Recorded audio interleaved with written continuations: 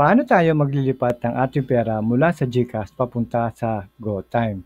Alam nyo ba na pwede kayo makakuha ng GoTime kahit saang Robinsons Department Store at mga partners nito?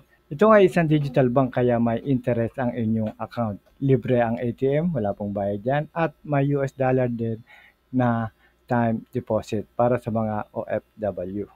Okay, umpisa na natin. Una ay magbukas tayo ng account sa ating GCash. And then click natin yung bank transfer.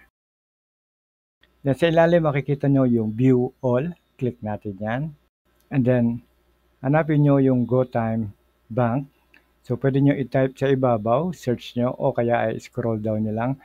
Chronological order naman yan, ano, A, B, C, D. So hanapin nyo lang sa G. Okay? Scroll down. Yun. Okay? So click lang natin yung GoTime. So mula dito makikita nyo na ang amount, kung magkano yung ita-transfer nyo, and then yung account name, account number na 12 digits, saka yung receipt kung saan yung gustong ipadala. Okay, so paano natin kukunin ang ating 12-digit GoTime account number?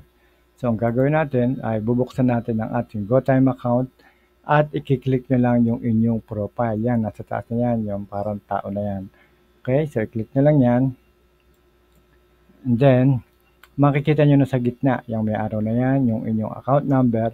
So sa kanan naman, kanan side, makikita nyo yung parang logo niya. Click na lang nyo para makopy natin, okay?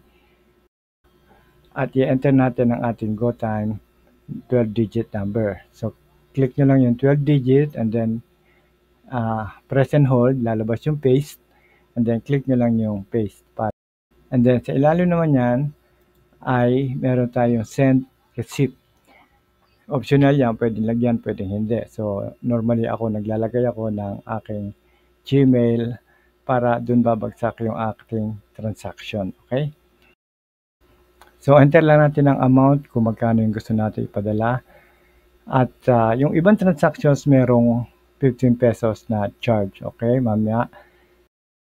And then enter lang natin ang account name. Account name dapat parehong-pareho dun sa inyong account number. Okay, enter naman natin. Meron na tayong account number.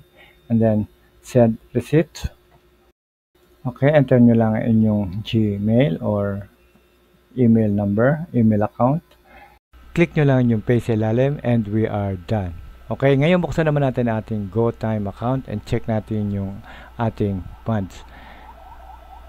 Okay, ayun. So, pumasok na yung ating transfer mula sa GCash papunta sa GoTime. Okay, makikita nyo naman lahat yan dahil since na nagamit ko na to before, makikita nyo yan sa inyong history. Yan. Okay, andyan yung date, saka transactions, kung ano yung ginawa nyo, whether nag-withdraw kayo, nag-deposit, o nag-grocery, pinambayad nyo, nandyan lahat. Kaya matatrack back nyo yan. Okay? Meron din tayong video tungkol sa GoTime para makapag-open kayo ng account dito sa GoTime. Okay? Basic po yan at tutorial.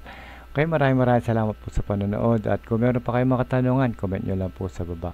Huwag nyo rin kakalimutan na mag-like, subscribe, and hit nyo na rin ang bell para updated kayo sa ating mga future videos. Mula po sa ProMag TV, maraming salamat po and God bless.